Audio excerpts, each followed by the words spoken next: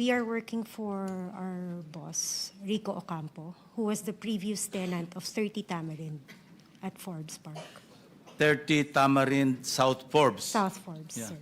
Kayo yung mga staff ni Mr. Rico Ocampo. Kami po, yes po, office staff po ni Yeah. Sir. Na siya yung tenant doon sa bahay na naibenta noong April 2023. Go ahead. That is Continue. correct, Your Honor. And then, during that time, January 29, we were CC'd sa email sa boss namin that we are being evicted January 31 at 3 p.m. Dapat nakalabas na kami ng place. Unfortunately, sa sobrang dami po ng gamit, we weren't able to comply with our deadline. So we have asked TJ Conti, who is the broker from Turnkey Properties. Nakipag-coordinate po kami to have an extension. And we were given until February 3, I think, to that was already 2024 po. And eventually you were evicted. And who informed you that you were being evicted?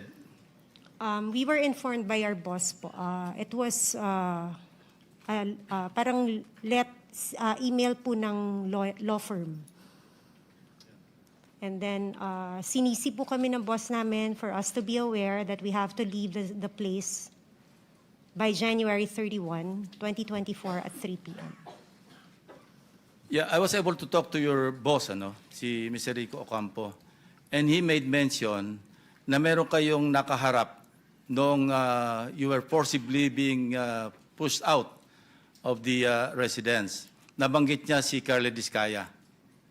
Would you confirm that? That was February 1 po. Yeah. TJ Conti, he introduced us to the contractor, but he didn't mention the name. Yeah. But how did you know that that contractor being referred to by TJ Conti is actually Mr. Discaya? Well, actually, sir, we already mentioned to our boss nung lumabas yung mukha po ni Mr. Discaya. Nasabi ko, kamukha Saan lumabas ang sa mukha? TV po, when the flood control project is being brought up. No? During the hearings? Yes, during the hearings. Okay, so sabi so- ko sa boss ko, sorry about that. Sabi ko po sa boss ko, tsaka sa colleague ko, tingnan nyo nga, ma'am, tingnan mo pong maigi itong mukha na to. Hindi ba ito yung contractor na pinakilala sa atin ni TJ Conti? And then we both agreed na siya nga. And he was physically there? He was physically there. How long did you talk to Mr. Discaya? It's less than 5 minutes po, pero kasi natandaan namin siya because he was the one manning the people na sinabihan pa na tulungan kami para mapabilis yung pag-move out namin. Kindly narrate the conversation that took place between you and Mr. Discaya at that point in time. Okay. During February 1 po, it was just a short introduction by TJ Conti. He mentioned that he is the contractor. And then February 2, medyo nagtagal po kasi nakiusap na nga kami na we really cannot matanggal lahat ng mga gamit dahil sa sobrang dami. And he also mentioned to us na contractor ako dito eh. Meron din kaming deadline. And then we both asked, baka pwede po namin pakiusapan yung may-ari, yung bagong nakabili ng bahay. And then he also mentioned that si Romualdez ang nakabili. And then after po nun, That's according to Mr. Discaya. that is according Okay. to the contractors. Now, nandito tayo ngayon sa pagdinig, kung makikita niyong personal, si Carla Discaya, makikilala niyo? Yes, Your Honor. Pakituro niyo nga kung nandito siya sa loob ng session hall. Lapitan niyo na lang kung sino dyan among the resource persons. Hindi, lapitan mo na lang at hawakan mo na lang sa balikat, hindi magagalit yan. Your Honor, Excuse pwede me, po bang... you will be recognized later. Okay. No? Tuloy lang natin itong proceeding muna. Sige, miss. Pareho kayo na ina-identify nyo na siya mismo yung kaharap ninyo na sinasabing ang may-ari ng bahay, si Speaker Romualdez, at kailangang umalis na kayo? Kindly answer, use the microphone. Tama po, Your Tama po, sir. So maski ngayon, sa susunod na panahon, sa ibang pagkakataon, ganyan pa rin ang inyong magiging statement. Correct, Your Honor. O ngayon, Curly, it's your turn. Your Honor, okay lang po ba tanggalin nila yung face mask nila? Kasi sa totoo lang po, talagang hindi ko sila naaalala kahit sa panaginip ko na naginip It's ako not ng for you to bangungot. identify them, it's for them to identify you. No?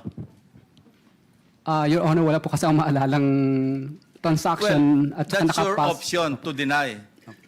What we're establishing here is the fact that there are two witnesses present here under oath na sinasabing nagpunta ka doon at nine-name drop mo, totoo man o hindi, si Speaker Romualdez na siya nagmamay-ari, bagong may-ari noong number 30 Tamarind Street sa South Forbes.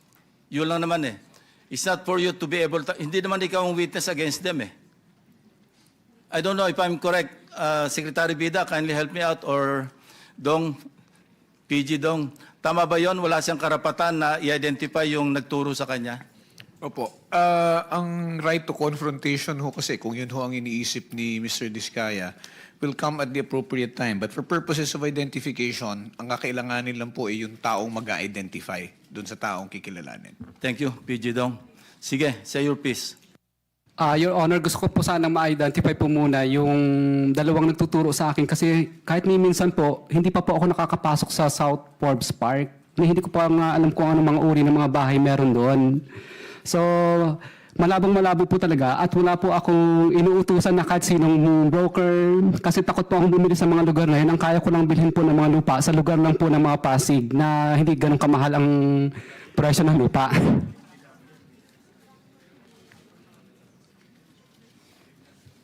Hindi ko naman sinasabing bumili ka eh. Hindi naman yan sinasabi, ikaw ang bumili.